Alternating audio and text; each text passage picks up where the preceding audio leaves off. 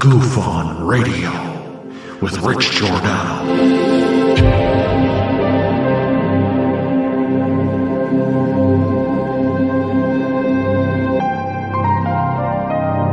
My personal belief is that there is very compelling evidence that we may not be alone.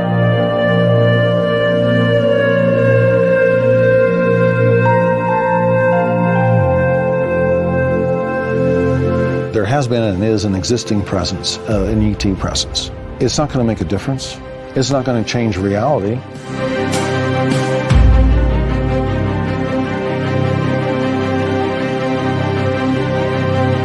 I believe, as do the other folks that were on the flight, that when we visually saw it, that it was something not from this world.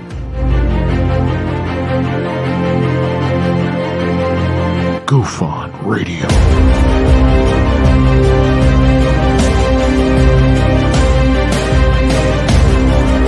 You were either in or you were either out, brother. But the cream will rise to the top, oh yeah. Goof On Radio with Rich Giordano.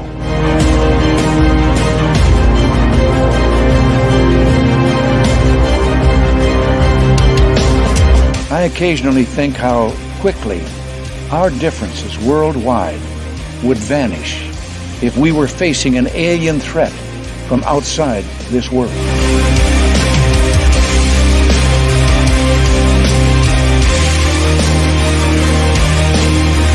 Goof On Radio. Remain seated, please. Permanecer sentados, por favor. You're listening to Goof On Radio with Rich Giordano.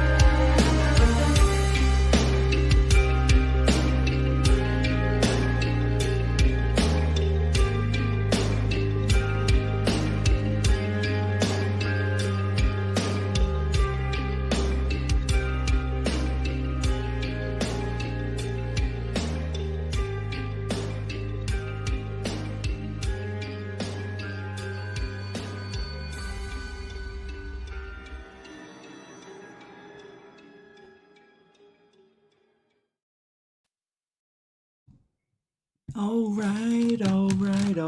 right.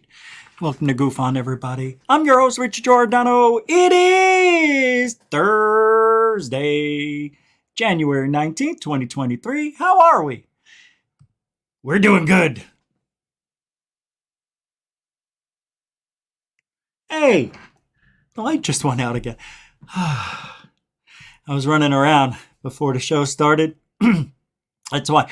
Anytime you see that intro means I need extra 2 minutes to get going.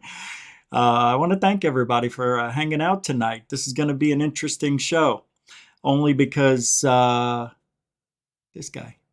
See, I'm going to figure it. We're Lions Ground made a video about Greer 7 months ago. It was sent to me. Somebody said, "Did you see this?" I said, it's just like everything else, most likely.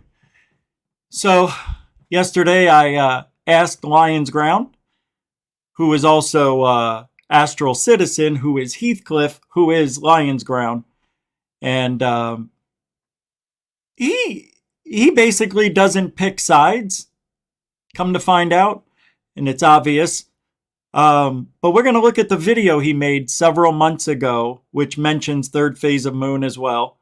I'm not mentioned, nor should I be, but I just want to see if you and I can come to an agreement that the video he made proves that Greer is a fraud. Everybody thinks Greer's a fraud, including myself, one way or another. Whether he's frauding on the CE5, whether he's frauding about his connections, his whistleblowers, his contacts, briefing presidents, which I don't think he's ever done. He may have handed the article or the thing to the president's guide or assistants, whatever you call those people. They looked it over and they saw the acronym UFO and said, no president probably ever read one of Greer's briefings, as far as I'm concerned. See, I want that question answered. I want answers on some things. We're going to look into that a little bit tonight. And believe me, it's just touching the surface of Greer. There's hours and hours of people trying, including and not limited to Tim McShillen, one of the biggest frauds. You know, the debrief guy. Yeah. What a hypocrite. I've got to mention him tonight. And he goes by Tim McShillen on GoofOn because he's a lying sack of poop. That guy was a lieutenant, like police officer, was in the army. He has all these accolades, and the guy's a he's a full shit artist. Yeah. New term. I just made it up. Full shit. Anyway, we're also going to talk about lack of life in the solar system and elsewhere. As you know, Ganymede is said to have life on it. I think that's one of Saturn's moons, I believe, or Jupiter's moons. And Titan, they're thinking about going there, looking for in the water for life. So far, no proof. I know Alien Girl was talking about it this morning. This 40-year mystery. Were those really molecular molecules in the rock that came from came from Mars? And they cracked it open and said, I think you could eat this one. You eat it. Remember that guy who ate the rocks? He ate moon rocks. All right, let's get started in tonight's show. We do a little bit of a roll call here because I like to acknowledge those who are here because they're the ones, you guys are the ones who make this show what it is. I'm just a guy. I think what happens is that most shows, it's like a meeting place for people. They hear something going on in the background, but they're talking with all their friends in the chat room. And every now and then something will strike their interest. Abductions? Wait, hold on. I got to stop this conversation. Let me listen to the host. Abductions. Let me make a comment. All right, back to brooms and pigs. I mean, you guys talk about everything in the chat. It's funny. Hey, the first super chatto of the night, Ben, the Yorkshire Goofonian. Welcome to the show, and a great way to start the show with the super Dono. We hit 10,000 subscribers. Thank you all, and congratulations to Goofon and Goofonians. And with that, we've seen a lot of new faces. So I get asked every now and then, what's a Dono? A Dono is a donation with no comment or sticker. It's a dono, but it's all love. It's a heart. You don't see it, but you know it's there. And that's what Ben just did. First one of the night, Super Dono. Continuing supporter of Goof. Well, thank you, Ben, the Yorkshire Goofonian, for the £2, £2 Super Dono. Gosh. All over. Everything that came before first. I didn't want to say anything else. Thank you, Ben, continuing supporter of Goofon. And Don Mofo throwing down the second Super Dono of the night. It is a dono, but there's a YouTube emblem next to it, and I don't know why. Let me see. Is that... that I've never noticed that before. Okay, it's on his too. All right. Wow, $20. Don Mofo throwing down some super chat excitement today. Don't forget, PayPal and Cash App are also a way you could support GoofOn. All the links are in the show description and on the About section on the GoofOn channel. Support us. I mean, we go every day. We try to. That's the goal. Every day, at least 6 days a week, giving you up to date what's going on in ufology, up to the minute if we can. And we like to laugh at ourselves a little bit. Don Mofo throwing down Super Dono continuously. and consistently. Thank you, Don Mofo, throwing down super love right there. Mucho gusto, Generoso, and welcome to the show. Moonlicht, welcome to the show. Selling Penny and Fixing Your Problem. Show welcomes you. Diane Boz, welcome to the show. Jimmy Satterfield, welcome to the show. Whoop, boop, boop, boop, boop, boop. Wiles, welcome to the show. SoCal Squatcha, welcome to the show. Foghorn Leghorn show welcomes you. David Wilcox as well, welcome to the show. Hey, Sky Pilot. What's up, Chief? Change your name again, it looks like. All right. Welcome to the show, Sky Pilot. Atlantis is found. Welcome to the show. And next Thursday or Friday, we will be doing our final wrap-up on the Atlantis mystery with evidence, a presentation. I'm telling you, if you know anybody who likes Atlantis, come back with them this next week. We are going to blow up the internet. Well, you'll see. Intergalactic Overhaul, welcome to the show.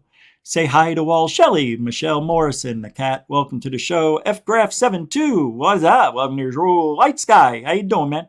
And Bob Birkins, the Shirtless Wonder, welcome to the show. Glenn Collins, howdy doody. Sam O, whoa.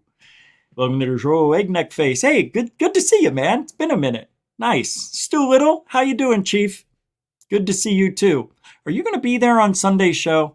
On Alien Addict? Yeah. Yeah, I hope not. I'm just kidding. I'm joking. It's going to be about the alien autopsy. Yeah, it's going to be a crazy show. And then Saturday, I'm going on Michigan UFO sightings and paranormal encounters. Saturday. So that's going to be fun, too, at 8 o'clock. I think I'm going to go early on Saturday one last time because I'm going on Wayne's show, Michigan UFO Sightings and Paranormal Encounters. So this Saturday is going to be early, probably 5.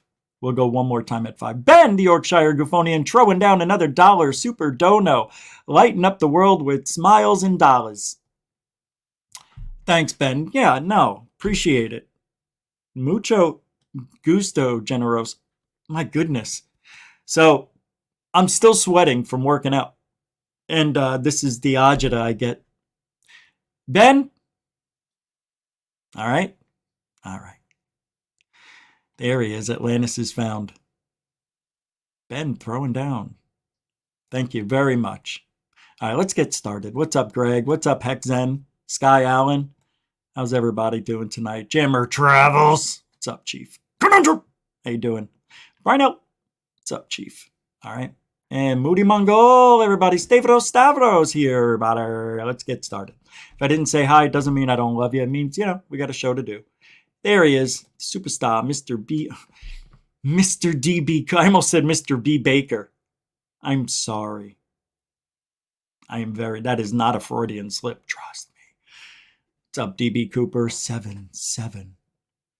Stephen Karn throwing down a £1, 1 quid super dono.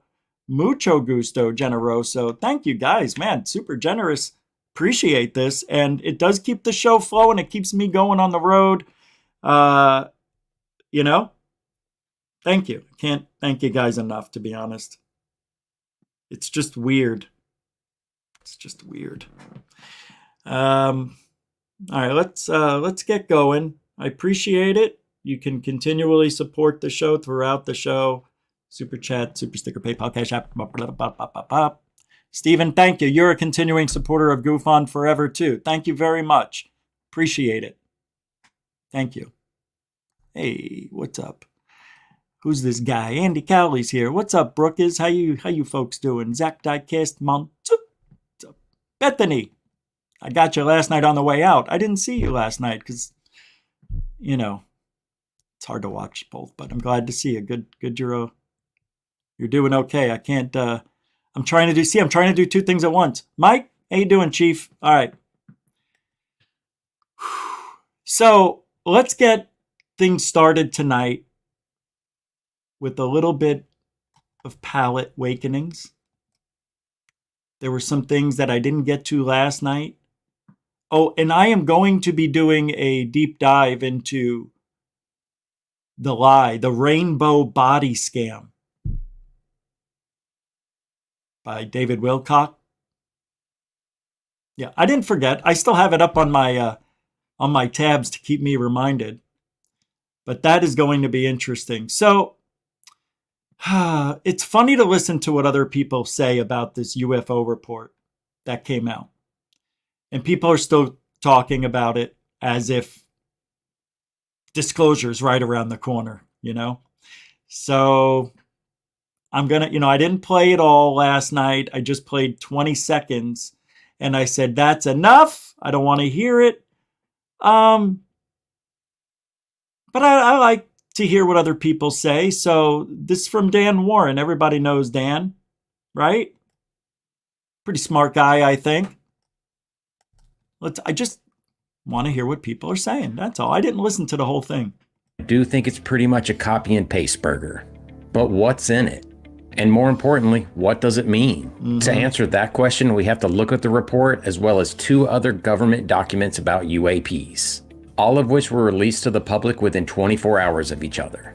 Some through official channels and some through not so official channels. To establish the recent series of events that preceded the release of the UFO report, we have to look at a statement made by Pentagon Press Secretary Pat Ryder, where he informed us that Congress only received the report 1 day before we did.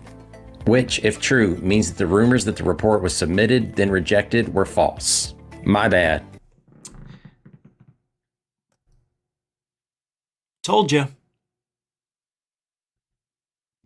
Ryder also pointed out that the definition of UAP used in the report, unidentified aerial phenomena, is outdated and has been replaced by unidentified anomalous phenomena, which also means that the UFO report itself was outdated when it was published. The definition of UAP was revised on December 6, 2022. All right, guys. I mean, I understand. I understand they want to be perfect. But this isn't doing any work, changing an acronym. I mean, if it took them that long to think of, well, what do we call UFOs without offending them? I don't want to misgender the UFOs and call it a flying object when it was on the ground. I don't want to offend the aliens or the metal that they're in. I don't want to offend metal from outer space. I don't know what the metal's doing. It's intelligent. It's metamaterials. That's why I don't want to say anything negative. You never know what a metamaterial's going to do. Idiots. Because of a Senate amendment that was included in the National Defense Authorization Act and later signed into law. But thanks to Dean Johnson, we also have access to a slide presentation that was put together by the director of ARO, which shows that the author of the UFO report, Dr. Sean Kirkpatrick, is aware of the change to the definition of UAP. He called it ARO. Why don't you just call it A-hole? This presentation, titled UAP Mission and Civil Aviation, was given to the Transportation Research Board and National Academy of Engineering. And in my opinion, that presentation is more informative and thought-provoking than the UFO report itself. But more on that later. Now on to the UFO report. Before we get to the number of cases, I want to point out a footnote on the bottom of page number 3, which basically excludes any reports of objects observed in space from being included in this report. Which also explains why they didn't list Space Force as one of the organizations that they received input from. Now let's talk numbers. Because Space Force hasn't been around yet to have that information. Don't make something into make nothing into something. Okay, so Space Force wasn't involved. Good. Less lies to worry about. And besides, like I just said, they haven't been around enough to collect any data. I mean, they have been, but historically, they're brand new. 17, 18, 19, 20, 21. How many years has Space Force been around? 4 years now? They state that they have a total of 510 UAP reports, and that the reduction in stigma around this topic is one of the main reasons that so many cases are being reported now. So that's bullcrap. That is the biggest bullcrap statement of the year. They have a total of 510 UAP reports, and that the reduction in stigma around this topic is one of the main reasons that so many cases are being reported now. That's not why. That's not why. That has nothing to do with it. absolutely nothing to do with it. It's just now we're being told about them. That's all. Yeah, it's exactly what they did when we had the lockdowns. And then they said, we had the biggest increase in jobs, people going back, working. I'm like, dude, 7 million people were out of work. Yeah, they got, they went back to work. It's not because there were brand new jobs. They just got their old jobs back because, oh my God, it's silliness. It's silly talk. Not his fault. Now, so do your part to continue to reduce the stigma around this subject by talking about the topic with your friends, supporting members of Congress that are pushing for transparency, and simply liking and sharing videos on the UFO subject. And then when you, let's say you want to mention your sighting to somebody or talk to somebody about UFOs, usually it's a one-off conversation. You'll have a conversation about something that was topical. Maybe they overheard something, had a question. You guys started talking about it and they realize, oh, you're into UFOs. That'll be the last conversation you ever have with that person about UFOs, if not anything else. I'm telling you, if you're not sure if people are going to question your sanity by mentioning UFOs to them, don't tell them. I like telling people. I like to know where I stand with people. So I don't have a problem telling anybody that I'm into UFOs because I love their reaction. And they always do the same thing. They look at you and they, have you ever seen anything, Richard? And then when you say you have, and then they say, you have? Oh yeah, I recorded it too.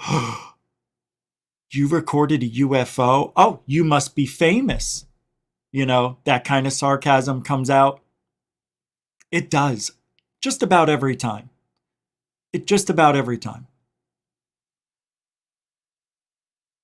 What I don't like is going to a function for family and there's people there that I never met because it's like a holiday business party, whatever, and it's a mix of family, friends, and unknowns because of their plus ones. And then you walk into the house and somebody goes, he's right there. That's the guy who's into UFOs. Shut up. You dick. Because we need your help with the algorithms. Of the 510 cases, 144 of them were inherited from the preliminary assessment on UAPs. 247 new reports have been submitted since the preliminary assessment, the majority of which originate from Navy and Air Force aviators. So if we ignore the 144 previous cases, that leaves us with 366 new cases. 6 of Wow, that's great. All right, so nothing new. Which were identified as airborne clutter. 26 were identified as unmanned aircraft systems. We're not wearing glasses i.e. anymore? drones. And 163 balloons or balloon-like entities, which leaves 171 cases in the uncharacterized category. And although they don't specify a number, they do state that some of the 171 cases involve a UAP that appears to demonstrate unusual flight characteristics or performance capabilities. But the report doesn't elaborate on what those characteristics or capabilities are. My hope is that they're similar to the 5 observables that we've heard so much about. Now's a good time to tell you that Aero states in this report that the quarterly reports they deliver to Congress contain greater details regarding analysis and attribution of UAP events. We'll never see. And unfortunately, we don't get to see those quarterly reports. I knew it. How did I know? So we're left with 171 new unresolved cases. And we're never going to get any information because of all the wonderful things they don't do. We're off to see the gizzard, the wonderful gizzard of lies. All right. I just wanted to see what was being said. And there is another video I had to play for you first. See, this is what I don't like about me now. It's like sometimes, like, how did I forget? It's like I have things lined up in a certain way. And then when I get to do the show, I don't like the alignment of the order of things I want to talk about. And I change it on the fly. And then I get out of, you guys probably don't notice, but because the show's always all over the place. In a way, it's a controlled chaos. Capiche? All right, here we go. So, speaking of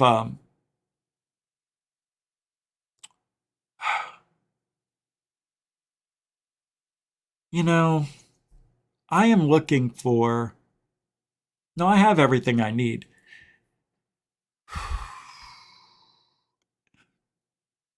I have so much stuff. I don't know where to start. So I'm just going to start with this one from Joe Rogan. And it's about alien technology.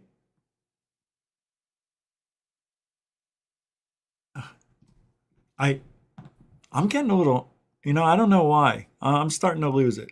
Like, get pissed at StreamYard. Yeah, I know. I think it's me that I'm the idiot, but I'm not always an idiot. All right, here we go. Am I? Yeah, maybe I am. Joe? Human beings came from Africa. That's the birthplace of humanity itself. And then the most complex structures that have ever been created also are in Africa. Humans that were living in Africa 5,000 plus years ago, they had an incredibly advanced civilization. Mm-hmm. If you think of how long modern anatomical human beings existed, they used to think we went back like 50,000 years, and then they pushed that to like 150, and now some believe it's 300,000, even more. If you would imagine that those people had been given enough time, whether it's 20,000, 30,000 years, to develop incredibly complex, really advanced technology that's dissimilar from the advanced technology that we have today. Mm-hmm. We like to think of advanced technology as only involving internal combustion engines and silicon chips, but what if they developed something on a totally perfect.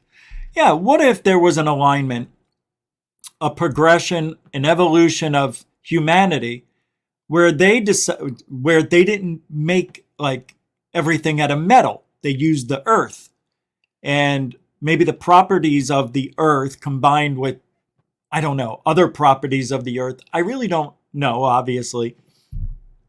But they somehow created a technology that can move enormous blocks, great distances, and create these pyramids that are nearly perfect in alignment with the North Star or whatever. It truly, and then if you take the math, and I guess the pyramid, if you do the math, shows how big the earth is, the volume of the earth by the equation of the pyramid and all this stuff. It's really interesting. And the moon is exactly, it's in, what is it, 400 times smaller than the sun, but it's perfectly aligned in such a way that it blocks out the sun and gives us the most awesome solar eclipses that you can imagine. And how is that? I thought the moon has been progressively moving away 1 or 2 centimeters a year. So over a couple 5,000 years, 5,000, 10,000 centimeters. I know that doesn't sound like a lot, but 500,000 years? And it's still covering, you know what I mean? I don't understand how it's still covering the sun perfectly. But it's a weird one. And the sun may not be what we think it is. The sun could be a portal. And we've seen videos where it looks like objects are going inside the sun and coming back out the other side with expulsion debris that looks like it burst out and everything got, you know what I mean? Like something coming up from the ground would create an outward crater. As a matter of fact, Into Thin Air has been keeping an eye on the planet. And there's another video put out that he said I could use where these earthquakes, I don't know, man. But, is there something going on under the ground that's creating all of this? Or are we having earthquakes in Florida, in Tennessee, and oh my God, what did I just do? And that part of the world where usually there aren't any earthquakes. But why are we having these interesting things happening right now? Here's another video from I2TA. And this one was put out yesterday. A large 7.2 Indonesia earthquake and solar storm. So solar storms are supposedly very impactful to the Earth and all the planets. I still don't know if there's any aliens in our solar system, though, or even a microbe. I believe there's microbes, but we haven't found them. And I'm a little bit upset. Why aren't we? Why are we spending all this time on Mars? And now we want to go back to the moon. Why? Why? We were told to stay away from the moon. We did. Right? That was weird. I mean, after the first trip, they shouldn't have went back 6 more times, whatever it was, but we did, and then we stopped. We must have said to the aliens on the moon at the time, hey, we got to do these 7 missions or whatever. And after that, we'll leave. We'll leave. We won't have the funding. So don't worry about it, alien guy. We'll sit over here, sit on the ridge, enjoy. Just watch us make history, okay, alien? All right. Is that okay with you, aliens? All right, you got 6 more attempts after this one. But after that, we want to see you for 50 years at least. Okay, all right. And that's why we're going back. They made that deal with, who was it, Eisenhower? They can abduct humans and we get technology. See, what they should have done was take the middle child of every family. That's what they should have done. Not take the oldest or the young. Go for the middle child, the one who's going to have the most, issues in the future. Get them right out of there. Get them out. I don't know. All right, I2TA. Here we go. Something's going on with the sun. An earthquake in Indonesia. Are you kidding me? In 3, 2, agush.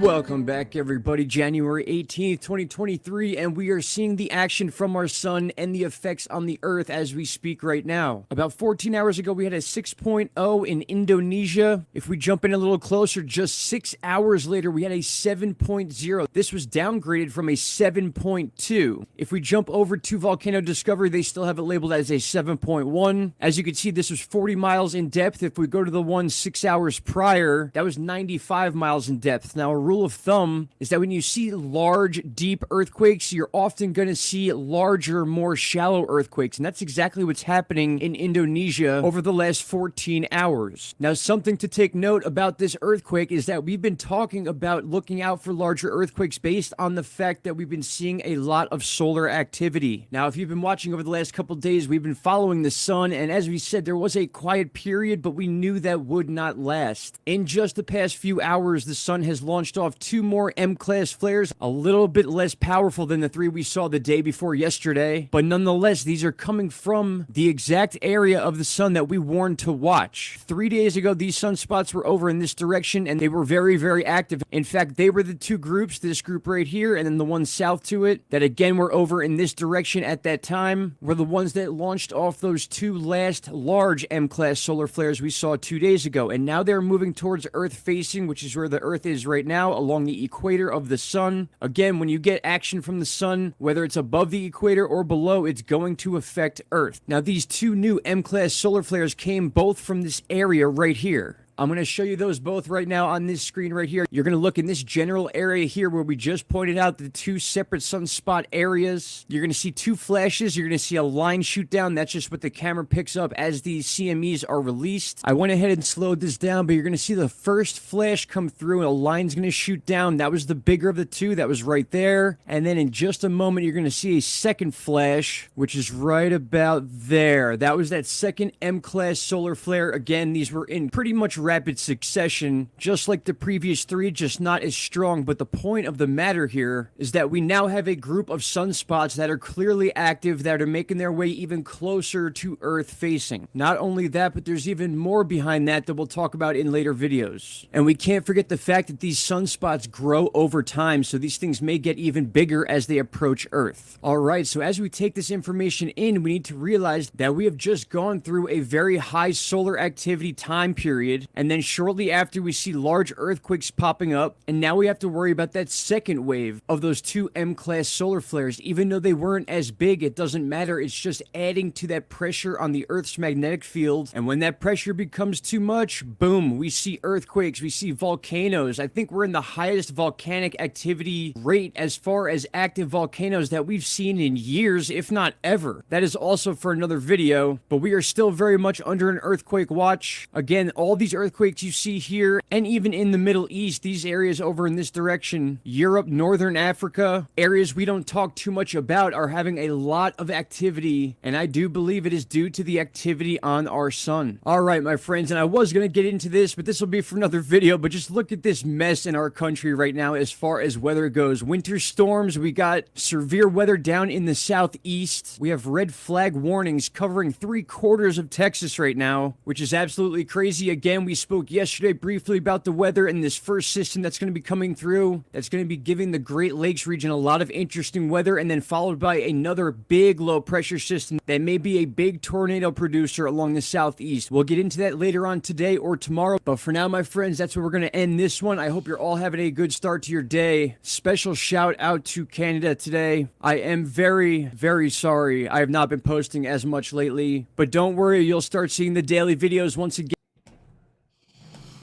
Thank you. That was the first time in history ever that I played a video straight through without talking. It was exactly, I went 4 minutes, 24 seconds. Well, 4 minutes. It's a record. Thank you, Into Thin Air. I2TA, everybody. That link to that video will be in the show description after the show ends. I didn't know I was going to play it until now. That's why I don't put the links in there until immediately after the show. So thanks. I've been coughing off screen, not because I've been smoking or anything. I don't know what it is. All right. Greer. All right. So I used to not be a big fan of Greer because of what everybody else said about him and what I saw. And this is like 10, 15 years ago. 15 probably.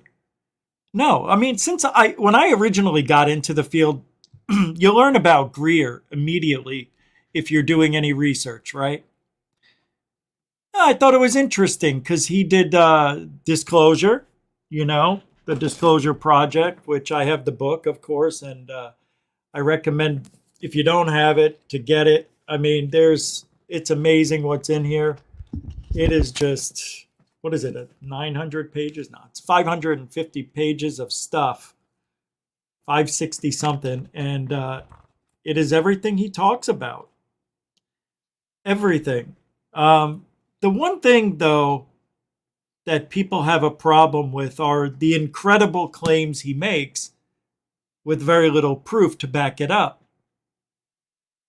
Now, I am not, and nor am I, one of those people that go into something and do deep dives. Like, everybody's already done what they did about Greer. The research was already done, so I thought. But what I noticed is a lot of people don't, and I'm not just talking about one person, I'm talking about a lot of people. A lot of people don't like Greer. And they make these claims, but don't seem to tie it up nicely for me with the proof that I want to see. I want to see, like, Greer always makes these claims that he briefed presidents. not personally, not face to face. So when he says, I briefed presidents, he is misleading. But he isn't. He wants you to believe, because he's hoping you don't ask the question because it's such a great claim, that how could you ask him in front of everybody? Prove it. So he would say, for many years, I briefed presidents on the UAP, UFO, ba-ba-da-ba-da. But no, he hasn't. He gave them a report, but that goes through the president's people first, and then it's got to pass them to get to him, to the president. I want to see the president's signature next to Greer's on something, anything. I don't care what it is. A receipt for buying coffee for Bill Clinton. Something. Prove it. Give me one thing. And it may be out there, but like I said, I didn't do the deep dive into Greer because I don't think I need to, because it's already been done. But I think I might have to, but it just seems like a lot of work for nothing. Because I'm going to play a video now that Lions Ground, who was Astral Citizen for about a year, went back to being Lions Ground. But this was done 7 months ago from Astral Citizen, who's the same person. And with all due respect and constructive criticism, I want to play that video and inch through it a little bit. It's not long. It's a 10-minute video. But I don't blame Heathcliff if for anything that he says or does. This is all based on research that he did and his opinion as well, because I don't think you can prove everything. That's what we're going to find out here. I don't think you can prove everything. And some of the claims, I just, I didn't see the proof. It didn't match up for me. For me, you know. But that's what we're going to do right now. So, Dr. Steven Greer, UFO disclosure or liar. This is from Lions Ground. And with his permission, I am going to start playing in 3, 2, 1. Hey, Gush. About UFO disclosure, Dr. Steven Greer. He claims to have been in contact with extraterrestrials and UFOs. Lie, number 1. UFOs. I mean, that's how it's going to be. No, I won't be like that. All right. And has released several books about his experiences, even documentaries. Many people believe him, but others think he's just making it all up to make money off of gullible people. Do you So my first question is, do you think Greer's doing this for money? Or I think it's for ego. Yeah. I don't think with Greer it's money. He has money. Yes, you can never have enough money. I agree. Yeah. I'd be happy with, anything. So for Greer, I don't know how much money he has, but apparently he's doing all right. I know for one of the crowdfunding videos he did, I think it was Cosmic, what is it called? Freaking $400,000. Dude, that's 10 years of work for me. 10 years right there. I could live off that for 10 years. Yeah, I don't need much to live. 30 grand a year, I could live easily. I know, right? Hey, when it's about passion, see, that's why I'm not so sure if Greer is the best actor in the world, a philanthropist of ufology, or an egomaniac trying to be and play God in a world where the gullible people are a dime a dozen and willing to pay the price to believe one of the most biggest mysteries of all time without proof. It's amazing. It is an amazing psychological hold that he has on people. Really, it is. All right, well. Think Dr. Greer is telling the truth, or is he just trying to make money off of people who are gullible enough to believe him? Keep watching till the end. And another thing. Greer prices his stuff very fairly. The last CE5, the one that I know about, the one that the Cousins brothers went to, I believe it was $1,500 or $1,700 for 10 or 11 days, and you're staying in a really nice place in one of the most beautiful desert landscapes in Arizona. And it averages out to like $100 a night.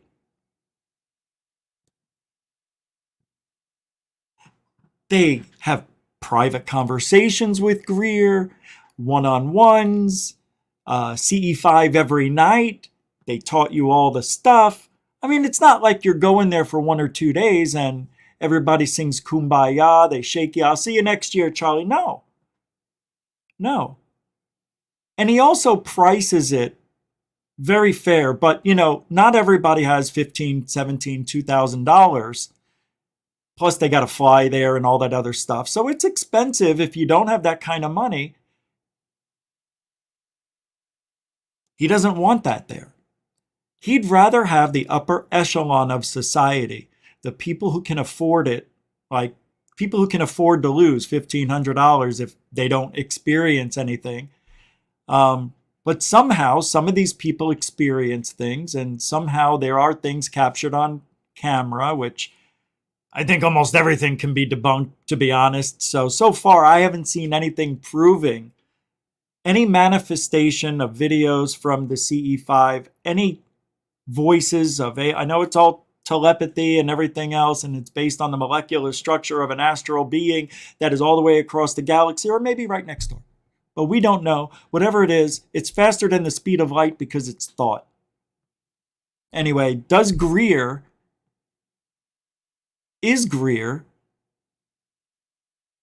a savant of ufology in the CE5, or is he a fraud? This is Astral Citizens, brought to you by Heathcliff Spencer Peters. Oh, we didn't even start yet. Steven Greer claims to all right, have I'll a let it way go. to come in contact with extraterrestrials for years, and made an app for your phone to do so. Oh yeah. He has released several books about his experiences and documentaries about UFOs. Many people believe him, but others think he's just making it all up to make money off of gullible people. Do you think Dr. Greer is telling the truth, or is he just trying to make money off of people who are gullible enough to believe him? If you believe in UFOs, you will be interested in this video because it tells you if Dr. Steven Greer is a liar or not. That is resonating within every single human being, because that's the foundation for the relationship between humans and these civilizations. Greer is known for his dramatic claims about UFOs and aliens. He claims that he has seen them with his own eyes on multiple occasions. But he insists that they are real objects, and not hallucinations or hoaxes. You are who you hang out with. Dr. Steven Greer's documentary about UFOs called Above Top Secret was released in March 2022. And it caused quite a stir. The documentary features Dr. Steven Greer and a few others, and is directed by Blake and Brent from the YouTube channel Third Face of Moon. In my video debunking random internet UFO videos and debunking latest UFO videos from Third Face of Moon, I investigated the latest UFO cases featured by Third Face of Moon, and I concluded they're misleading at the best and completely fake at worst. Because he's like me. He's a one-man army apparently, and he's telling people the truth. He's a good investigator, good researcher. You know, we get told these there's this whole narrative that Third Phase generated. Like, well, now we've got real professional UFO investigators and researchers working on our team. Then why do you keep putting out garbage if there's 5 of you? Why do you keep putting out obvious garbage, fake shit? Okay, so to answer that question from Scambian, first of all, he doesn't listen just like everybody else.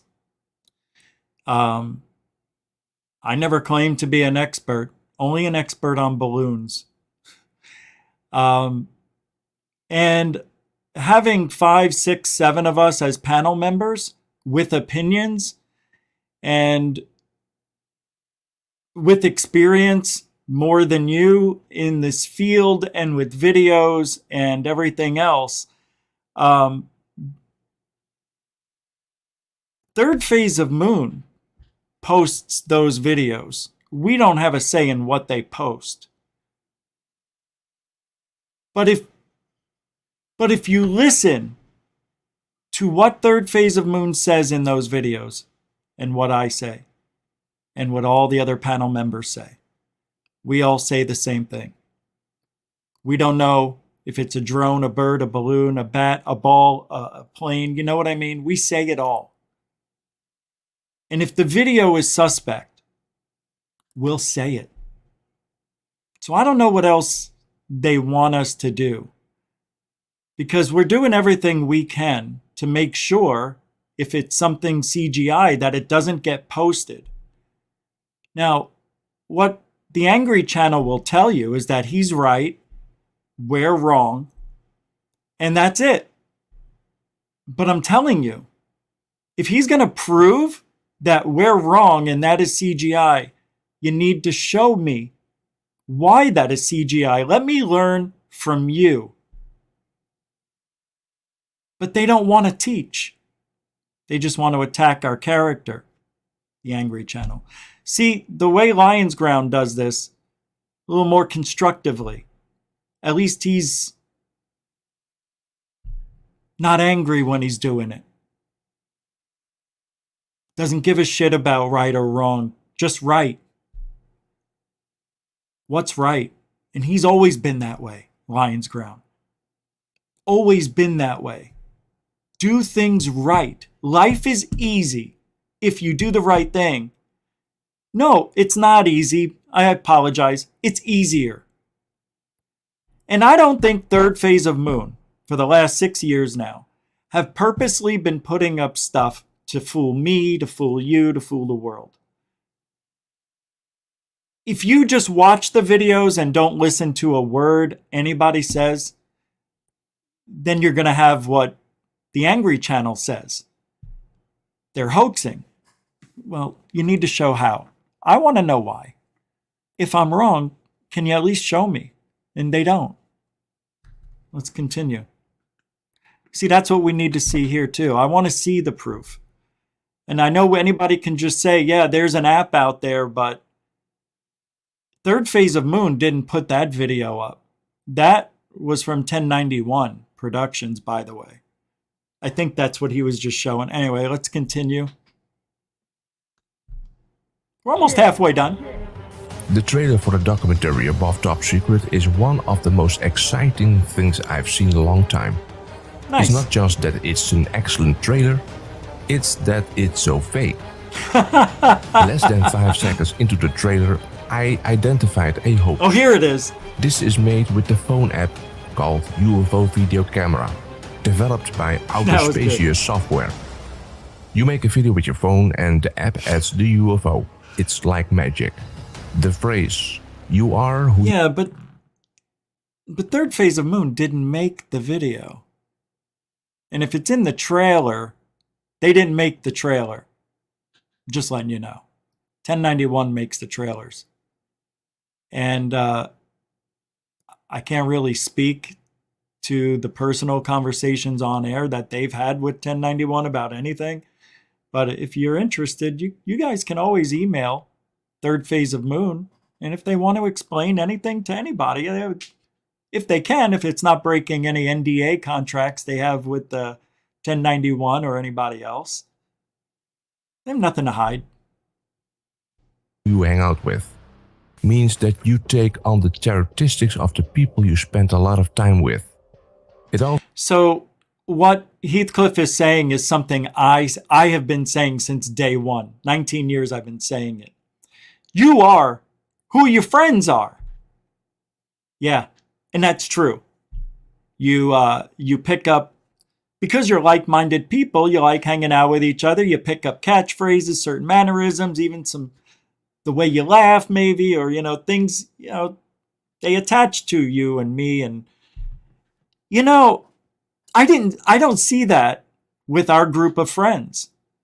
Even though we're all together, we're all independent. I don't see Third Phase of Moon trying to act like me or picking up my habits, and I'm not picking up any habits they have, or any mannerisms or anything Michael does or Doc Skinner. And they don't do it either. It's really weird. When you're a kid, yes. When you're a kid growing up and you're hanging out with your friends and everything else, you do pick up certain things. But as you get older, you don't. At least from my experience, all that stuff goes away because you don't hang out with your friends like that anymore. Now, yes, we are like-minded people because we like doing the right thing. Now, Third Phase of Moon didn't start out as Third Phase of Moon. They started out as bottle diggers. And then somebody gave them a UFO video. They put it on their bottle digging channel, which is now Third Phase of Moon, and the video went viral. And they thought that was really crazy, so they put another one up and a lot of views. And then Third Phase of Moon was born out of an accident. So if anybody thinks Third Phase of Moon got into this because they want to make money, you're wrong. They got into it by accident. And they saw how popular their videos were getting. And I'm not sure if you could make money like you can now back in the day when they started. But I was right there, yelling and screaming and pissed off as hell. How can they post this garbage? How? I don't understand it. They're killing ufology every week, I said, every day.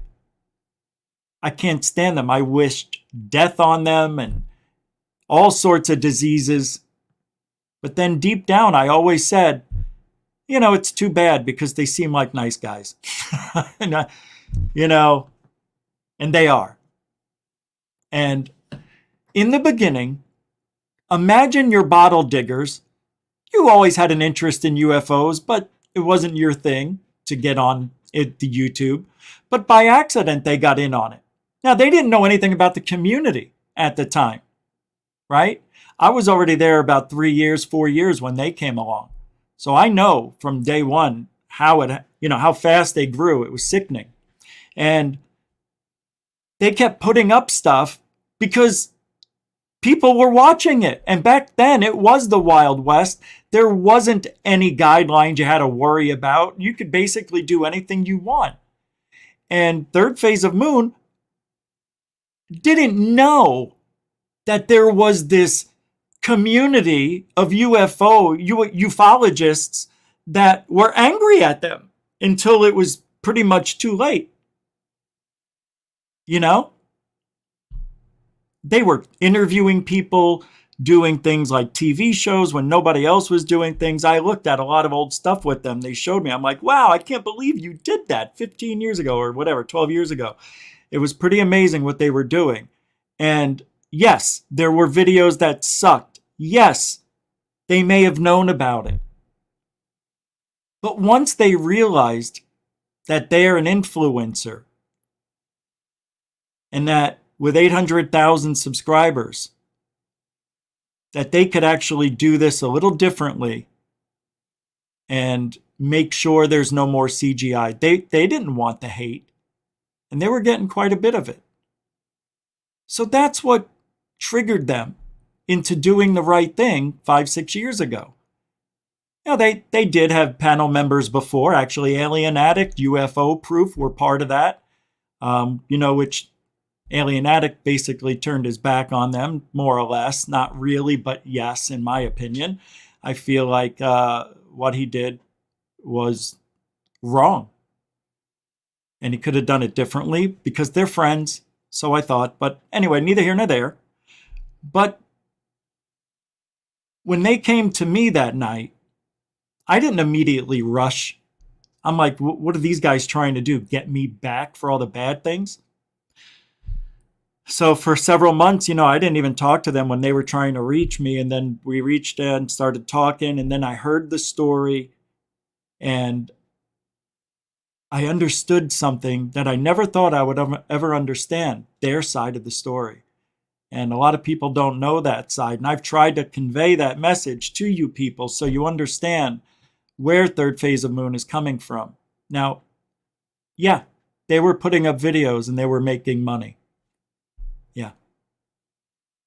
Yep. They did that. And it sucked. But aren't people allowed to change? If Bledsoe came out and said, I need to rethink everything. I may be wrong about everything. And I'm looking for help. If he did that, I would give that guy a second chance. Even though right now he's on top of the shit list is what I'm trying to say. But I would give him a chance to do the right thing. And I don't understand why people won't give Third Phase of Moon another chance. I just don't get it. And, I'm not paid to be their friend. I have my own reputation, my own line, my own way of doing things. I was already an entity. And the reason I bring all this up, because even though you are who your friends are, that is true. You want to be around like-minded people because that's who you're going to get along with, right? Whether they influence you because you're gullible or you like them so much you don't want them to hate you because you're insecure or whatever. It's not that case with us. I think we're a unique brand, which is why we've stayed friends through all of this hate, all of the attacks. And we have never, ever said anything that nobody put the blame on anybody. I actually told them, I'm really sorry that I'm making this difficult for you guys. I don't mean to. I'm just trying to let people know who you are and, not bad people. But I figured if I was to say it, then it would have some weight with it. But the haters out there jumped ahead of all that. And, for 2 years, nobody said anything. And we were doing such a great job putting out over 55 videos during the lockdown, like little mini documentaries with all of us. How fun was that? And then all of a sudden, they got mad because Third Phase of Moon put them in their seat with the S4 thing. And once they looked bad because they got caught not lying, just wrong. And Third Phase proved it. That hurt his ego, especially the Angry Channel. His ego got crushed. He couldn't stand it. He thought he was being duped. He felt like the whole thing was fake because UFO Proof had a history. Everybody's got history, pretty much, in this field. Even Corbell. I'm going to play a little more. I've got Dorothy waiting in the background, so hang tight, Dorothy. I'm just going to play this a little bit longer. Also means that if you spend time with people who are motivated liars, then those qualities will rub off on you. Not true. It's a saying. Not true. That's for when you're a child. That's when it happens. And I've been around people who make millions of dollars, multi-millionaire people. It's just, I don't see them hanging out with their friends and acting like them or laughing like them. That's more of something that happens when you're a kid. when you're more impressionable and you're finding yourself. I think that's what he's going by. And that's just, I don't think that holds true in this when you're an adult. I don't know. That's just me. My opinion. That means that you are the average of the people you hang out with. Every partner, supporter, and ally of Third Phase of Moon has that same trait. That's not true. That's a bold-faced lie. Because I've never faked anything. I never lied about anything that I'm aware of. Dorothy? Is that you? You're muted. Oh no. Oh, boo-boos. Okay, well, yeah, Dorothy makes a lot of boo-boos in doing this because Dorothy doesn't do it too much and practice at it. Dorothy's just hanging out. Okay. Thank you for coming here. You're welcome. Thanks for asking me. After I heard about what you were going to do tonight, I thought, oh, I've got to chime in, and Rich knows this about me because anybody who wants to know about me has to talk to Rich. I sent Rich all my credentials because Rich's dad was a policeman, and if anybody could research who I am and if I'm telling the truth, it would be him. It would be Rich. So anyway, I hold a master's degree in music, and I did teach music. But before I taught music, and then when I was still trying to get more licensure, trying to get more classes for licensure after a master's degree, I was working as a secretary. And I worked as a secretary in some pretty big places like Manpower International and Kelly Services and the Wisconsin Conservatory of Music, the Port Authority of Oakland. We're talking some major players in the world. And in some of these places, I helped to organize these conventions. In fact, I had to make all the arrangements for international conventions, a national educators convention, regional conventions. And so I really understand the cost outlay for the people who are running these conventions. And it's huge. And I did dig up a link and I put it on my Twitter, and that's why I put my Twitter thing down below. I love to joke around, but I'm not joking on this one. There's a link on the conference cost estimator, large scale event expenses. You need to know to budget right, because everything from the venue and the rooms you're going to use in your convention, to the hotel accommodations, to the flight reservations, to the printing costs, to the speakers' fees, to all of that stuff, the car rentals, special little things, for the dignitaries, and the reception costs. It all is very variable, and it's all very expensive. You have to pay out those costs before you have your event. Anybody who's done a wedding knows this stuff. I saw one of Jaime Maussan's invoices when he was at ASU West, when he was doing a 3-hour thing 2 times in the day, 300 people each, $30 to get in. And it was $10,000 for the auditorium for the day. $10,000. Yeah, right. Let me just quote from this cost estimator so people know up-to-date information. This is pretty recent here. My experience was long ago, but it was terribly expensive even then. The venue. So like you're taking a convention center or something. Yeah. The estimated cost for renting that place would be $950 to $1,250 per hour. Right. Yep. That you're doing for the event space. All right. Wow, man. And it says of all the expenses, the venue is one of your most important budget items. And it's also one of the most varied when it comes to the price range, because so many factors play into the space that you're in, the location of the space. If you're if you're doing your convention in a smaller place, might be less. If you're doing it in, Chicago, San Diego, Washington, D.C., it's incredibly expensive, I'm sure, Yeah, well, but that's just one expense, it goes on and on. there's more to go on. We got so much more. I want to play more of the video here. From that aspect of people go, why does he charge so much? And you were saying, yeah, it's a big long event, and you stay in this beautiful place, and I mean, it's not cheap. That's all I'm saying, and that was my challenge to Luis Elizondo about having so much animosity towards it. Why would you have this conversation with Luis Elizondo? I put it in my letter. Hey, do you pay for rooms? Do you? Oh, because he was talking about he's in it for the money, right? Right, exactly. Do you, and I'm coming from this background. I'm going, yeah, I mean, come on. Yeah. People have to have money to put things on like he does. That's all I'm saying. I understand, but $400,000 on one. Did you, Dorothy?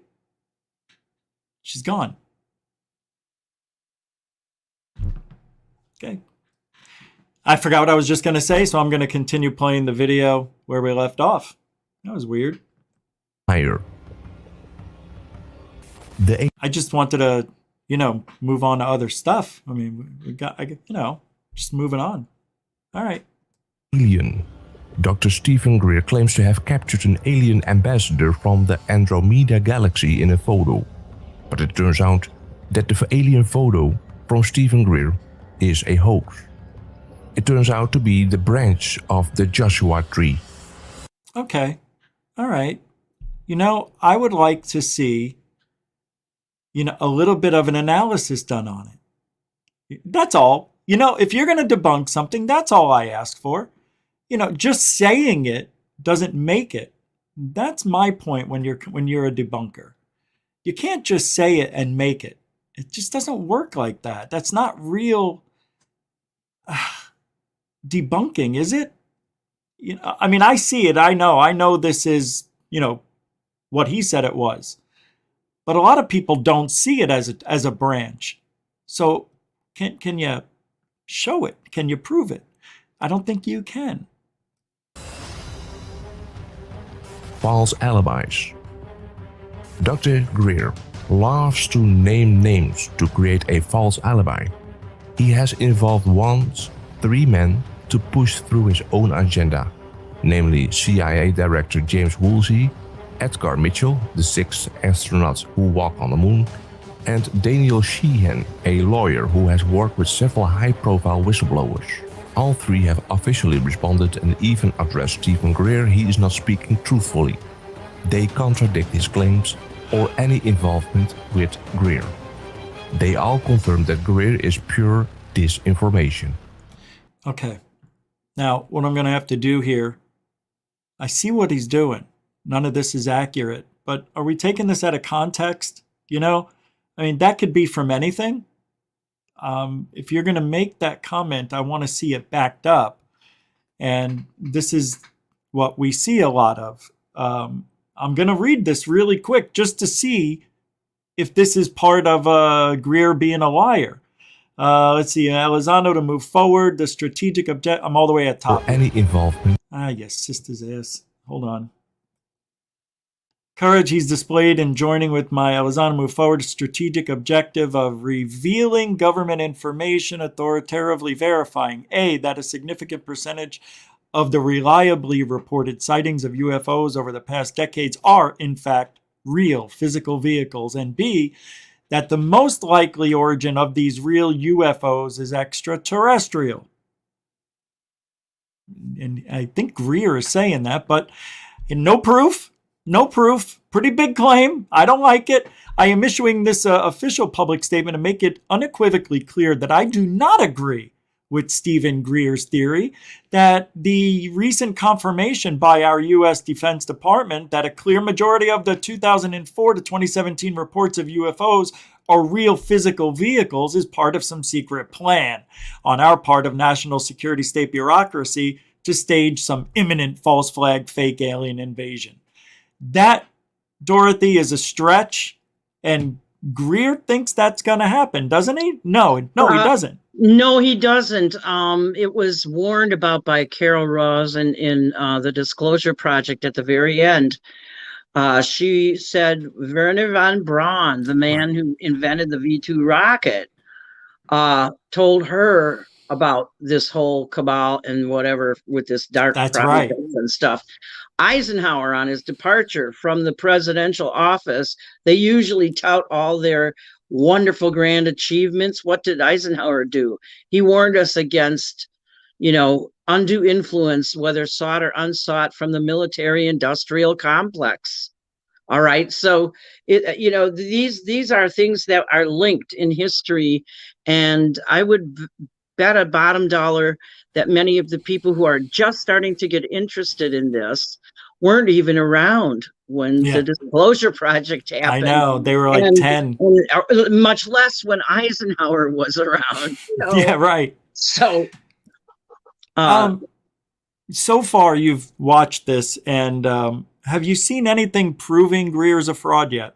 No, not at all, because I've had to do an original research project, and since science is becoming so big in ufology, it would behoove everybody to go and Google up the formats for doing formal research, because I had to do a formal research project for my last senior year at the conservatory. I had to design it. I had to come up with a hypothesis and test the hypothesis against something that was already existing. And I had to design the way that I would test the students to find out what I wanted to know. And then I had to codify the results. And then I had to comment on that. And then I had to finally conclude that other people need to repeat this research in order to find out if what I found out is actually relevant. If you can repeat it the way I did it with the materials and the song material and the recording devices and all that, all verified, by experts, well, then it might bear relevance, and it might be a scientific proof of something in music and how people learn music, well, especially kids, Okay. So you got to know how to do the research. And even if you find something you think is relevant, it's not really a proof until other people do the same thing you did and get the exact same results.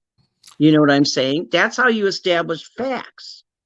That's why this, the discovery era where, like Ben Franklin and the kite with the, lightning and all that kind of stuff. And he invented the lightning rod and stuff.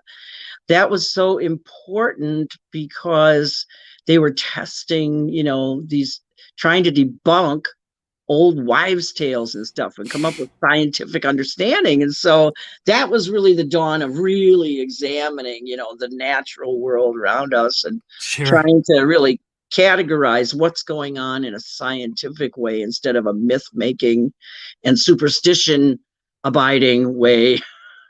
The thunder gods are angry, Well, like this false flag alien invasion, Greer is saying that the government is planning that.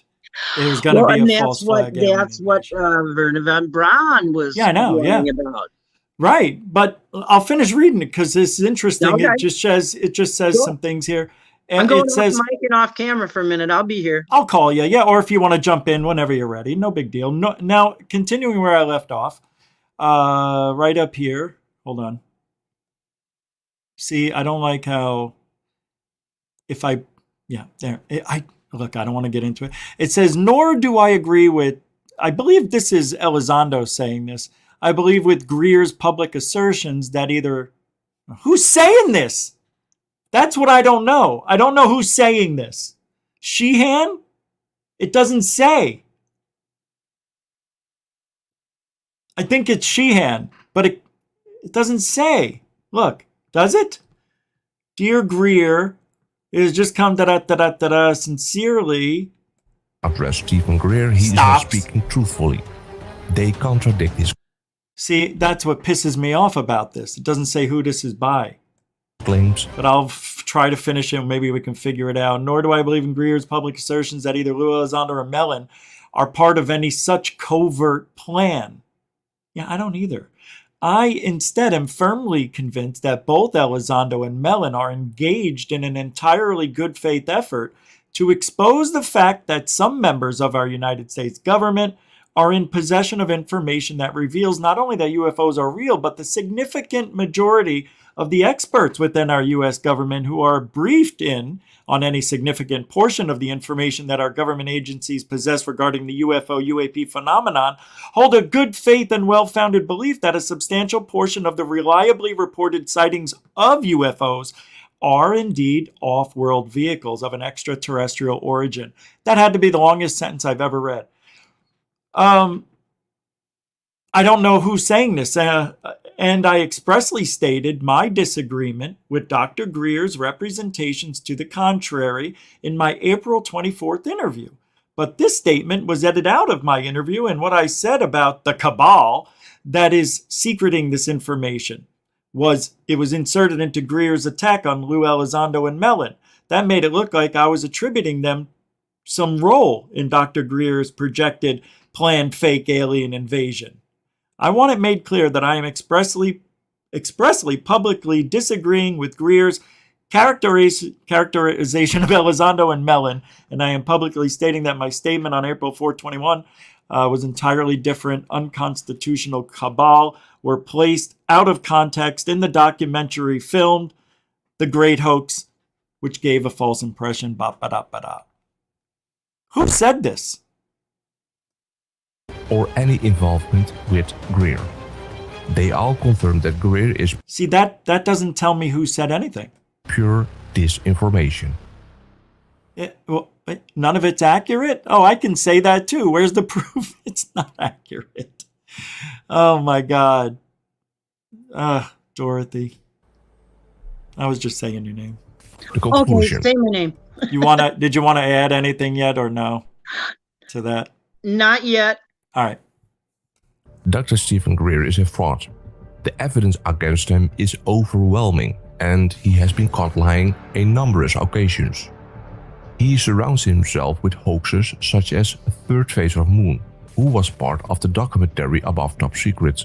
Dr. Steven Greer has also been caught falsifying evidence of UFOs and extraterrestrial life, such as the fake alien photo, which is a photo of a tree, and birds in V formation as a triangular UFO. Dr. Steven Greer has been caught lying. In the video Steven Greer CE5 UFO sighting Vero Beach, Florida, February 2015, Steven Greer tells people to turn off the night vision. Please turn off your night scope, Charles. Off. But in the video description, he declares that the video was recorded in night vision. It was. He didn't lie. He just told the guy to turn it off, so he was recording it in night vision. I'll tell you what. I know what they're saying. People are cutting and pasting, much like a lot of preachers I've heard, who cut and paste things out of the Bible without any context going on for where it came from or what the story was around it. I can't speak to that one specifically, but in this video, they're talking about Daniel Sheehan being some kind of a lawyer. Let me just read to you from the Wikipedia article about significant cases that Daniel Sheehan has participated in. These are all cases in the public interest. The Pentagon Papers case, the Watergate break-in case, the Silkwood case, the Greensboro massacre case, the Lapanca, I forget, bombing case, and others. Yeah. There's a whole Wikipedia article on Daniel Sheehan. Look him up. You want to know what's the truth? Look him up. He is a constitutional lawyer, and he's very good at it. He really is. And I said in another show, I think a week ago, that I think Daniel Sheehan probably knows more than any three people in this field full time. What he's seen and known. He's been in this since 1976 or so, I think. Yeah. But he has to know details on things that we'll never know because he has to know why he's protecting these people. Correct. So it's amazing what he's probably seen. We'll never know. Revelation about going to the Vatican library, I believe it. I want to ask my uncle about that. I think he interned at the Vatican as before he became a priest. Wow. I was told this in my youth, but you never know if somebody heard it wrong. You know, yeah, it was a story handed down by family. So I'm like, okay. See, if he was ordained in Turin, so not that far away. So anyway, the video so far is just saying, not really. It's showing us what is supposed to be a hoax or a lie, and I'm not seeing why. I'm not seeing how you figured that out. That's what we need. No, there are accusations being made and no proofs being shown. The fact that there's no quotable text there or telling you the citation for the transcript he's reading from.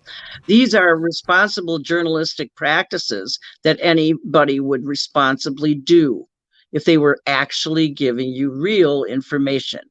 This is what do they call this? A hit piece? Sort of. Really. Yeah, it's trying to ride both sides of the line, but with opinions on both sides of the line. Not quoting anybody specifically, big close up on text that you don't know who said it. But Greer has made, Dorothy, some incredible claims that he can never prove. Like just saying that he's briefed presidents and there's no proof of it. But everybody says, "Oh no, he did. Oh yeah, he did." But not directly. The problem with that, Rich, is that even if a president was briefed by Greer, a president would never admit it unless Greer was able to brief a president now, and the president could say, "Sure, yeah, he briefed me." Why? And he could put his pen. What's the difference? Because the Defense Department has admitted there are UFOs. Oh, I see what you're saying. So maybe it'll be different now.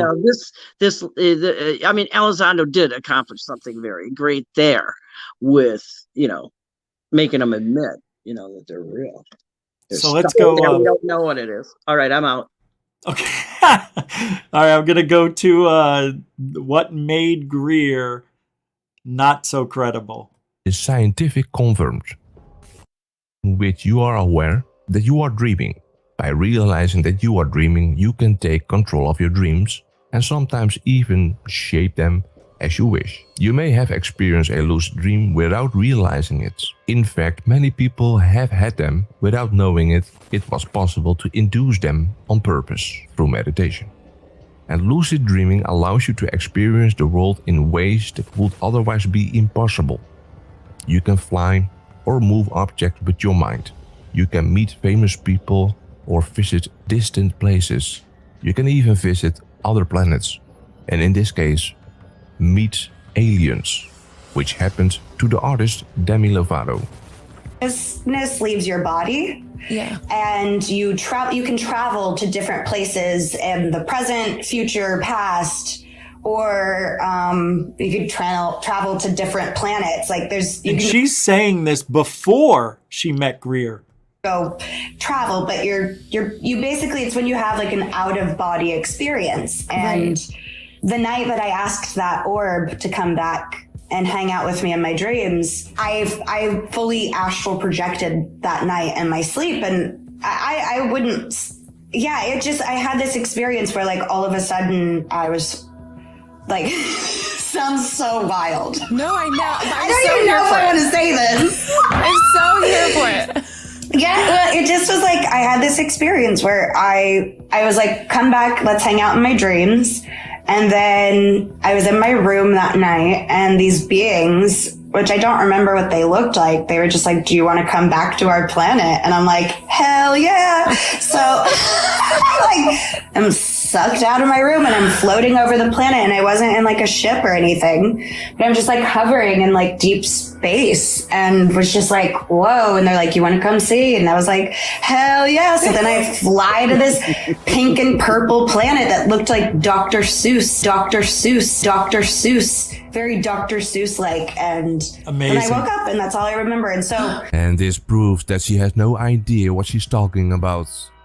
Astral projection is not the same as lucid dreaming. I find Dr. Steven Greer guilty on all counts of fraud, deception, copyright infringement, and financial exploitation of others. Why? Where? Okay, cut. Cut. I, Time out. why? Why would he say that about a little old Greer? What did he do so wrong? Time out. Okay, the astral projection, and he's talking about copyright infringement and things of that nature. Young people need to know that what we're seeing now with ufology and all the woo is the rebirth of the age of Aquarius. Okay, we had the age of Aquarius back in the 60s and 70s, and the pre-birth or the false labor was in the 50s. So with the beatniks and the motorcycle gangs and stuff. Yeah, right. Yep. Elvis Pelvis, So I never heard that before. Now we're under a God spell. What do you mean? The age of Aquarius. Are we? Oh my gosh. Well, okay. Angels, divinity, spirit beings, ghosts, paranormal, everything is very high intensity in that realm now, and so many more people are doing it than whatever did it back in the day. Okay. So the people, I guess you're right. Like me, kind of infected our kids with this atmosphere of peace, love, and good food for everybody. Let's have a party. Hold on a sec. I don't know if he's here, but I wanted to say hi. If Heathcliff was here, I thought I saw some people say hi. So if you're here, Dorothy, I was not asking you to go anywhere. I just wanted to say hi to Heathcliff if he was here. I didn't see him. Dude, I do things off camera that I don't okay. All right. That's cool. No, I know. I do too. I just didn't know. Now I know. So hello, if you're here, thank you for allowing us to use the video. I just don't see any proof. And when he said without a shadow of a doubt, well, my goodness, I haven't seen, no. Look, is Greer shady? I don't know. Does he look shady? I guess. Yeah, I guess. There's a lot of problems with Greer, but I think it's only because he makes money. And people don't like the CE5 stuff. They don't like it. So let me ask you this. If you got rid of CE5, does Greer fit in your wheelhouse as somebody more credible than Elizondo, Corbell, or anybody else? I would think, yeah. I would say Greer's got more credibility if you don't include the CE5. And that's a shame because, like Dorothy just said, this is the age of Aquarius, part 2. And if it is, take advantage of it while you can. It may not be for me, right? But if it's for you, can you please do it and do it with the best intentions and a real willingness to meet an alien. Like I've tried it, it didn't work. But a lot of people tell me it did work. And I say, how? How did it work? Well, Rich, you talk about the dream you had, or when you woke up and there was an alien at the end of the bed. A dream. Yeah, a dream. But I didn't talk to anyone. I don't have this connection with Zich, the alien god, on planet, XJ4, which is 1 billion miles away. I just don't. And I want that more than anything. So, look, I give credit to Astral Citizen, Lion's Ground. He's always done great work. But I think with this, when you put a video out like that, it's easier to just say somebody's a hoaxer than to show it. And I didn't see any proof. Right. I just saw, this looks fake, so I'm going to say it is, and everybody else thinks it is, so it is. That's not proof, without a shadow of a doubt. But thank you. Look, Greer's always going to be that guy. Third phase of Moon will always be known as what they are. People are going to call them the hoaxers. And then you got the other half that think they're doing the best job ever. What do they want, Dorothy? Do they want people to put videos out and not have an opinion about it? Because they've tried that. And you still get the hate. It doesn't matter. The problem is, Rich, we need creative, critical thinking sections to be helping people up their reasoning skills in this field. There's too much entertainment and not enough serious study. going on, you know? Like if you read part of an article, then maybe you can discuss it or something and get the chat involved in discussing it. What do you think of this aspect or that thing, and why do you think so? You know, because people are just glomming on to what other people say because it's easy. It's the same thing with making music. Anybody can do it, but it takes effort and time to develop those skills. It's hard. And so people want to be entertained. They don't want to be participatory. If you really want to participate, you're going to look things up that you've learned about. I look things up all the time behind the scenes, and I try to throw Rich an article or something. I mean, I threw the definition of fraud over to you so you could read that out loud and see if people think. It's in your DMs with your Twitter. Oh. But I could pull it up. No, I got it. You got it? But you have like 17 accounts, so sometimes I don't know. I'm so sorry. Yeah, I got to get rid of it, and I still don't know how, Rich. I'm sorry. I'm a tech idiot. Joel left at the wrong time. Damn it, Joel. Oh. A fraud is a noun, and it's a wrongful or criminal deception intended to result in financial or personal gain. He was convicted of fraud, as an example. A person or thing intended to deceive others, typically by unjustifiably claiming or being credited with accomplishments or qualities. Mediums exposed as tricksters and frauds, as an example. So, wow, I didn't know they were going to say for financial or personal gain. That's interesting. He was guilty of having a job and doing his job. But if he's lying... Guilty of educating people. My goodness. Oh, but he lied about some things. Don't know if he lied about some things. It is claimed he lied about some things. He may have shaded a truth to protect a source of his own. You never know in this field. I think there's a video out there where Third Phase of Moon interviewed Greer and asked him these hard questions. And I forgot all about it just till now, because I think they asked him about some claims that were being made against him. I'm not sure, but they did tell me the video about that UFO app that we were looking at earlier, the one where you can make UFOs. It's about that in their trailer. Well, they debunked it in the documentary, just so you know, and said it was CGI. And the major media, Fox and CNN, were sharing that. But they debunked it in the documentary. So unfortunately, it's in the trailer, but they debunked it. So it's interesting. They didn't make the trailer, just so everybody knows. All right, 1091 made the trailer, not them. But I did wind up getting, just so you know, guys, if you're watching, I got a copyright claim from your re-upload of that. Yeah, it's weird. I don't know why they gave one. It was from, I'll tell you right now. Hold on. I was surprised that I got a copyright claim from that. It says it is from UFO Endgame to disclosure from Screen Media Ventures. Whoever Screen Media Ventures is. Interesting. Lisa Bowden throwing out a $3 super sticker. Thank you very much. That's right. I forgot about Super Chat, super stickers. I didn't see any come in. Let me make sure there's none here. Oh, and Dorothy sent $2 earlier. I forgot to mention that on PayPal. Thank you, Dorothy, for the $2. Mucho gusto, generoso, Dorothy. So, thank you. Appreciate it. And Lisa B, thank you for the super sticker, a continuing supporter of Goof On as well. And,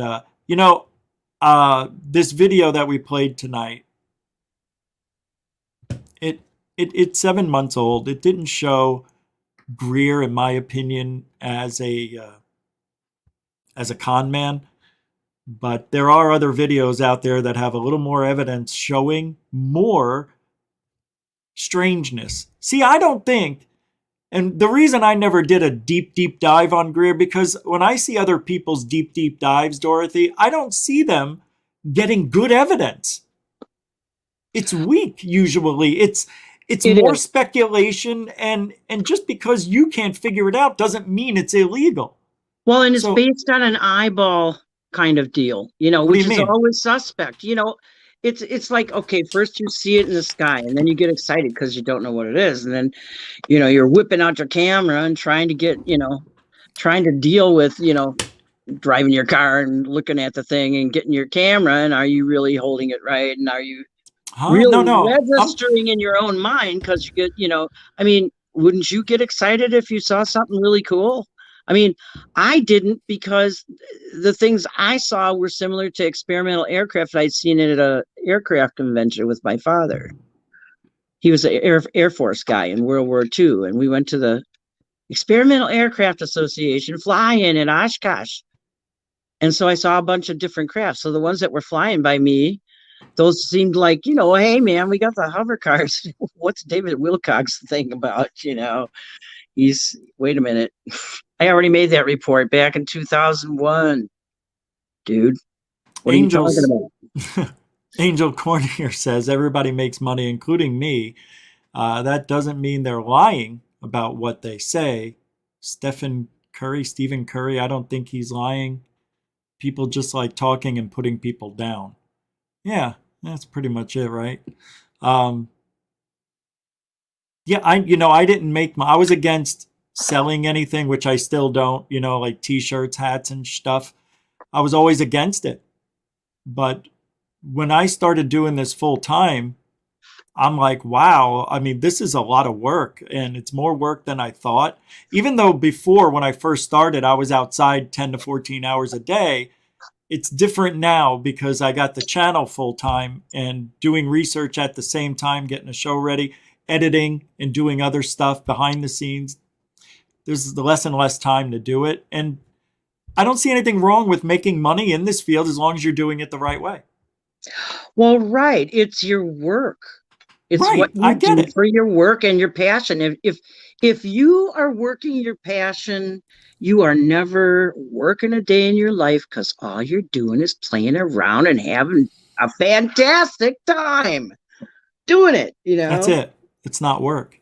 Right. Exactly. So it's like, if you happen to make money doing it, excellent. I've been a musician in America all my life. That just, it's sort of like, meh. But I'm glad, because so many more people are now personal music making, and the young ones we taught are all teaching every other people. So more people are going to be making music themselves now. That's good. I know. Did you know that guy came out with a song called Ghost? McMillan, I think his name is, or something like that. Tom McMillan, I don't know, everybody knows him. But that's what he did. He didn't sign with anybody. He did it all on his own, and he's keeping all the profits for himself. It's amazing what's happening in the music world right now.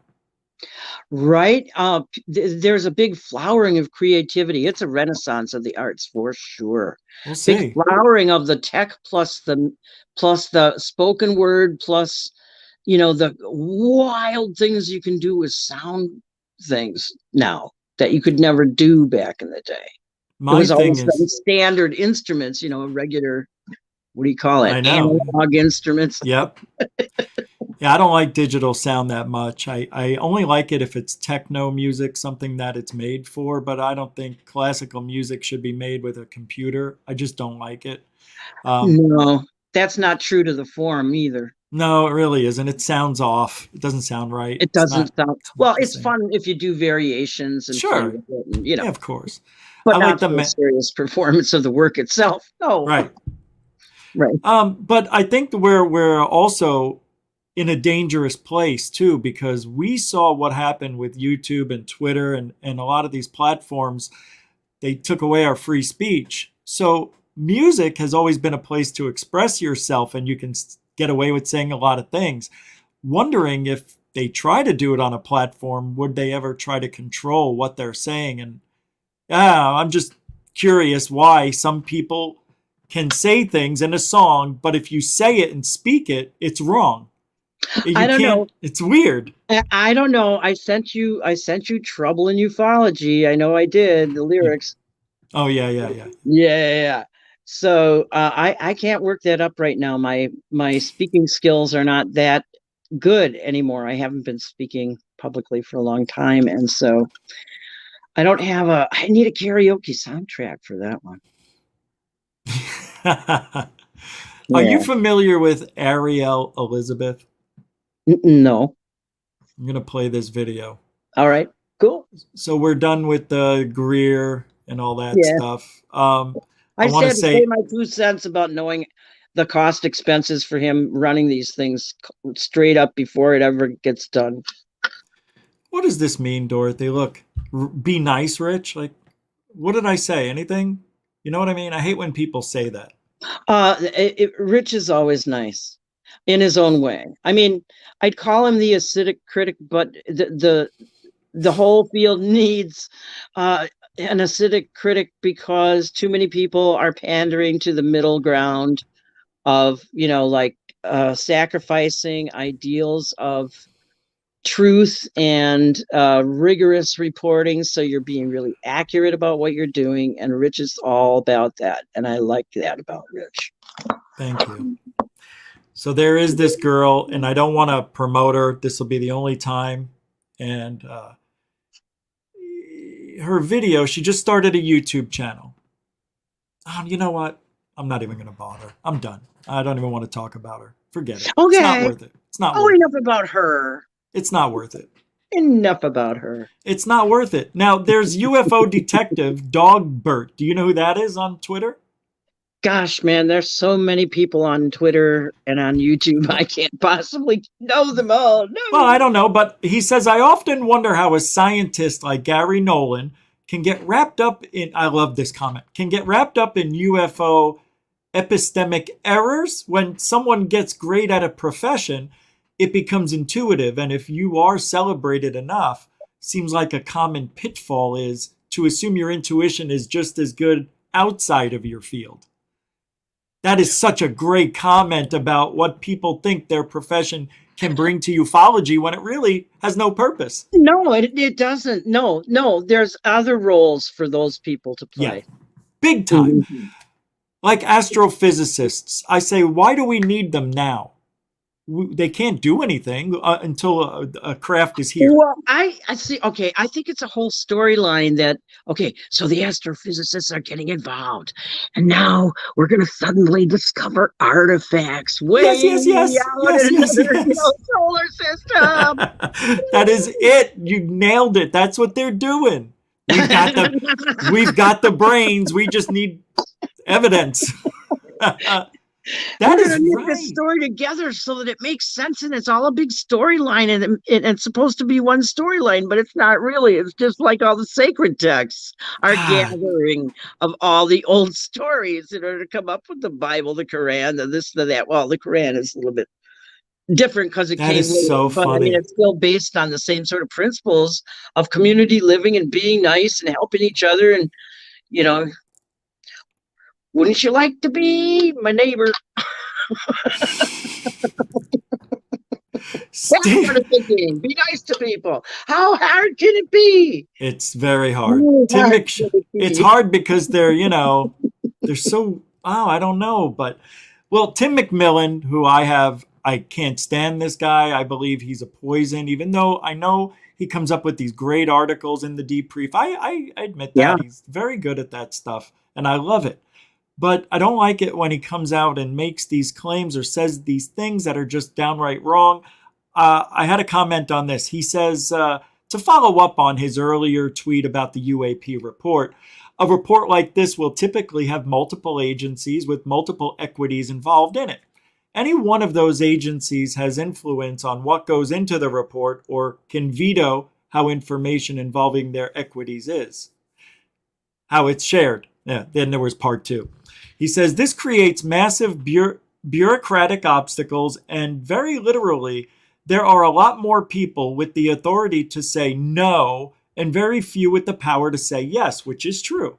Even if you have a principal official like the SEC DEF or DeepSec Def step in and order someone to comply. Any one of the agencies can initiate the reclama process, meaning they formally protest the order and ask for it to be rescinded. Is it for all of these reasons that I was absolutely stunned that the preliminary report was released on time? What we see now, and this is the part I wanted to talk about, is much more on par with how the DoD operates. People can say, but it's the law. It's the law that the report must be delivered on 10/31, October 31st. And he says, technically, yes, but these are more like guidelines than they are laws because no one is going to enforce anything. Wow. So it's okay to break the law because nobody's going to do anything about it anyway. So we'll just call it guidelines because. So wow. Is that sort of the secret that everybody knows but never says anything? Yeah. The quiet part. The unwritten law. Yeah, I guess. What is that? Memo 618? No, it's Tim from the Good Fight. Yeah, it's on Tim McShillen's Twitter account. That was funny. He says, even if Congress called the DOD report to the carpet, the DOD is just going to say, but we just formed the office in June and 4 months isn't enough time, before tipping its top hat, strutting across the floor and singing, "Hello, Ma." Anyway, he's I don't like that. I don't like it. I've said it before that these laws that they broke, because Christopher Mellon said that they broke some laws getting those 3 videos out to the public, and he was bragging about it. I said, "You're actually bragging about breaking the law," and he was just, is it posturing, like making yourself better than what you really posturing, kind of posing in certain ways, like, ooh. Yeah. Well, it's like when Hillary said when we landed in Iraq, we got fired upon, which was a lie. It's kind of the same thing. They're just acting like they're doing all this work and not doing anything at all. Like, we're going to break the law even for the greater good is what they were trying to say. I'm like, shut up. Right. Those aren't even UFO videos you were trying to sneak out. So you were sneaking out, to me, just a white piece of paper. So, but anyway, now they're guidelines. There's no laws anymore. They're guidelines, well, guys. The problem is, was it run through the Congress and, run through the House and then pass to the Senate and then pass back to the House to maybe be codified, or did it get stalled in the middle there somewhere? No, it doesn't matter. Start in the Senate? It doesn't say. I don't know. It doesn't say? I know what you know. Oh, good God. I don't know the process. You're in trouble, Rich. I'm kind of a retired slacker. I'm slacking around. You're a retired slacker? Is that what you just said? Nobody retires from slackers. Once a slacker, always a slacker. Always a slacker. Yeah, I know. So anyway, it is what it is. This is the world of ufology. Everybody's lying and nobody's telling the truth. So.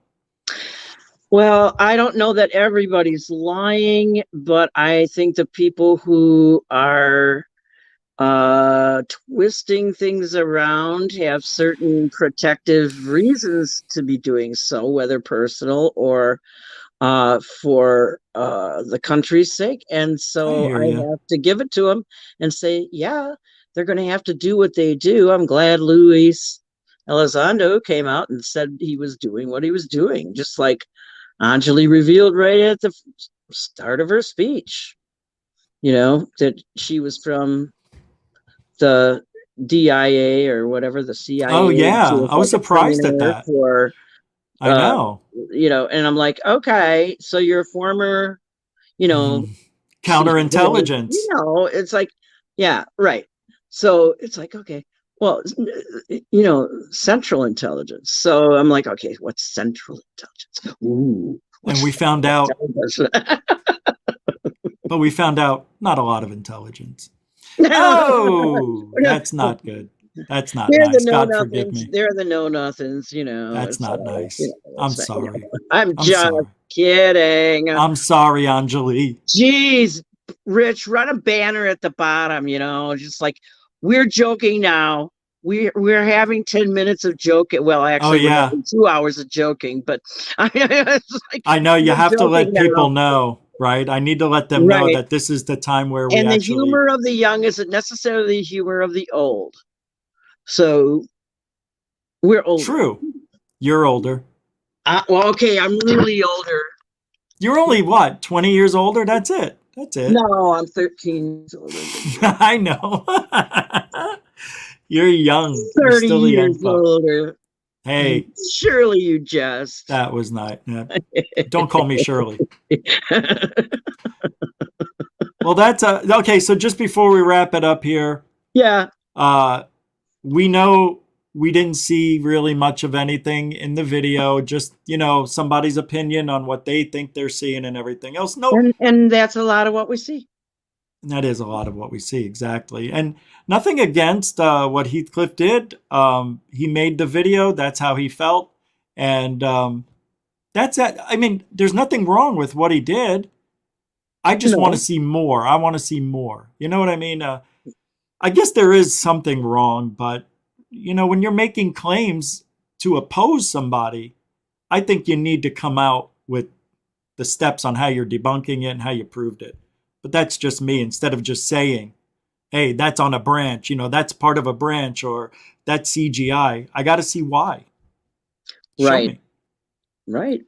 And that's it. No, I wasn't anything to, hurt anybody's feelings or, a hit piece back at anybody. I really thought that we were going to see some serious evidence towards Greer being a fraud.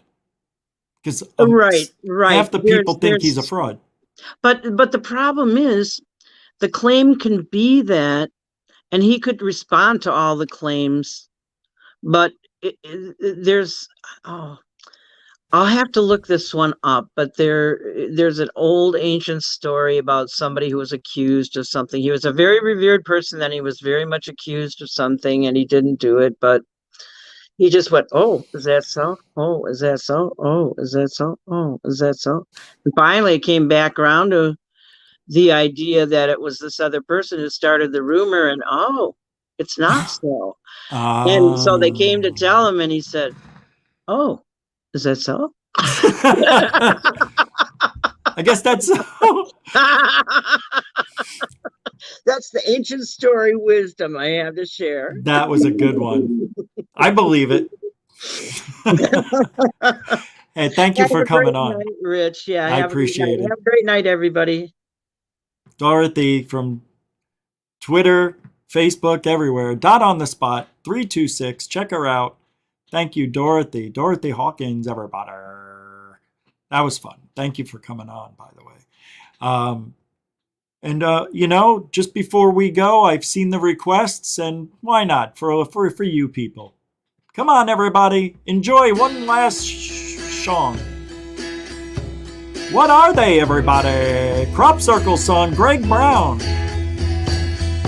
What are they? What are they? Why are they? Why are they? What do they mean? One more time. What are they? What are they? Why are they? Why are they? What do they mean? What do they mean? What are they, everybody? Are they harbingers of world change? Secrets in the field. Are they harbingers of world change? Secrets in the field. Secrets in the field. Are they harbingers of world change? Secrets in the field. Secrets in the field. It's asshole lips, everybody. What are they? What are they? Why are they? What are they? Do they mean? All right. Thank you, everybody. Come back tomorrow night. What is tomorrow? Friday. We'll be here at 7 p.m. sharp Don't forget to wear your bells and whistles, and we're going to have a good one tomorrow night. A lot of stuff happening this weekend. Alien Addict Sunday. Wayne from Michigan UFO Sightings and Paranormal Reports. Encounters. Yeah, going on that show Saturday. Just keep it in your mind. Keep it in your mind. I'll post it tomorrow so you guys know. And Saturday. Okay? All right. And I appreciate all the support from super chatters and moderators. Frickin' A. The support's been phenomenal. My God, I hate this. I get itchy with my beard. I got to keep it thin. But thank you for the support. Like, it's been amazing, to be honest. And we are, and you know, it's true. We really are true. As I was saying, we really are truthology for ufology. Really. Anyway, we'll be back mañana. And it's the beginning of the weekend, mañana. So enjoy this rest of your Thursday night into Friday. And we will see you mañana at 7 p.m.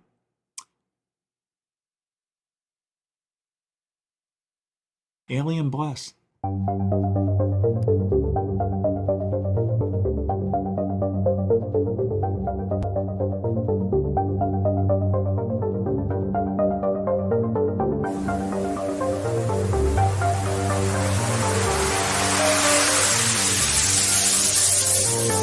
Look at this thing. It's rotating.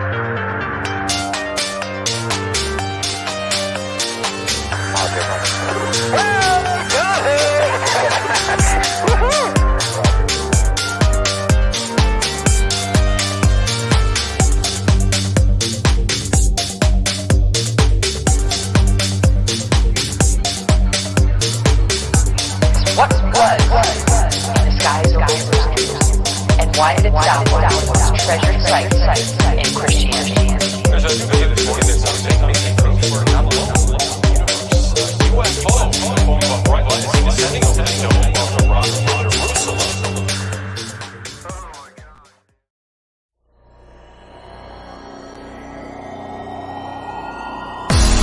Warning.